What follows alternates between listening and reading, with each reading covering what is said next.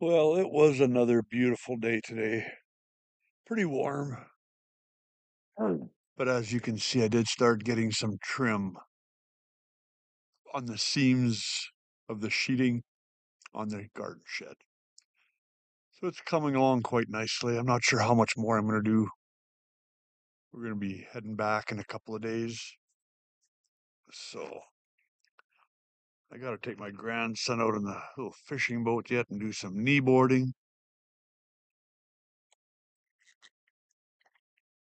Oh, yeah. We'll see how it goes the next day or so. In any case, this is Christians aren't sheep. At least don't have to be sheep. We are definitely moving into a time of, should I call it great upheaval? Things are going to be deteriorating in our world fairly quickly. And those of us who are eagles need to stay prepared, staying in God's Word. And that's what we do here on this channel. And again, thank you, Ben. Eagle Ben. You're very constant. So yesterday, in our first chapter 1 of 2 Samuel, Saul dies.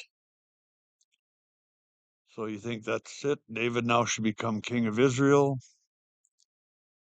But that's not quite the way it goes. Chapter 2. After this, David asked the Lord, "Should I move back to one of the towns of Judah?" "Yes," the Lord replied. Then David asked, "Which town should I go to?" "To Hebron." "To Hebron," the Lord said. So David moved his family to Hebron. In the meantime, Abner, son of Ner, the commander of Saul's army, had already gone to Mahanaim with Saul's son Ishbosheth. There he proclaimed Ishbosheth king over Gilead, Jezreel, Ephraim, Benjamin, the land of Asher, and all the rest of Israel. Ishbosheth, Saul's son, was 40 years old when he became king, and he ruled for 2 years. Meanwhile, the people of Judah remained loyal to David. So David became king of Judah, one of the tribes. And then there's some fighting going on between Judah and Israel, between David and Abner. And then in chapter 3,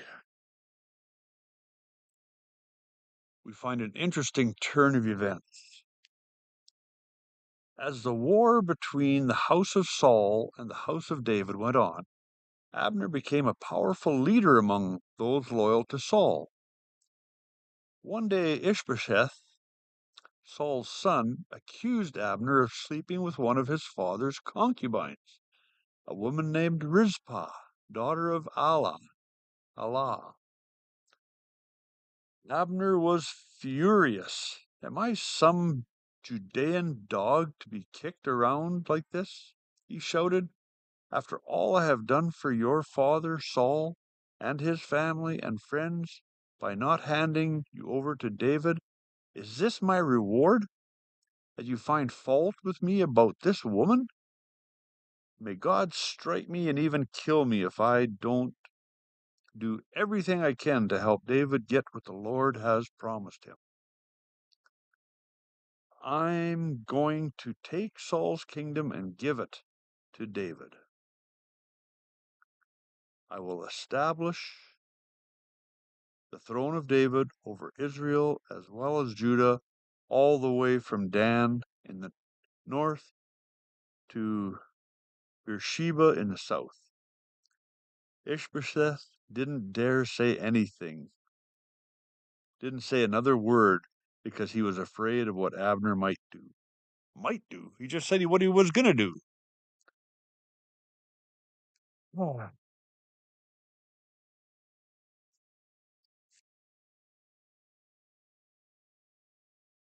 Very interesting that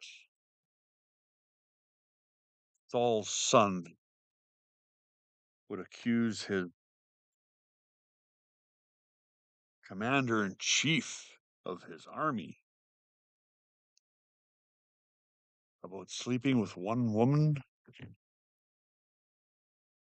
his dead father's concubine. Very interesting twist to that story. Maybe God had his hand in that,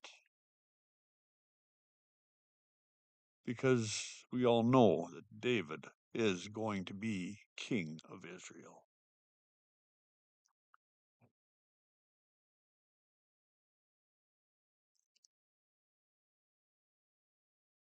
And that is our reading for tonight. Hope you have a wonderful Tuesday evening. The sun has just gone down here. It's just starting to cool off nicely. You take care. God willing, we'll see you tomorrow.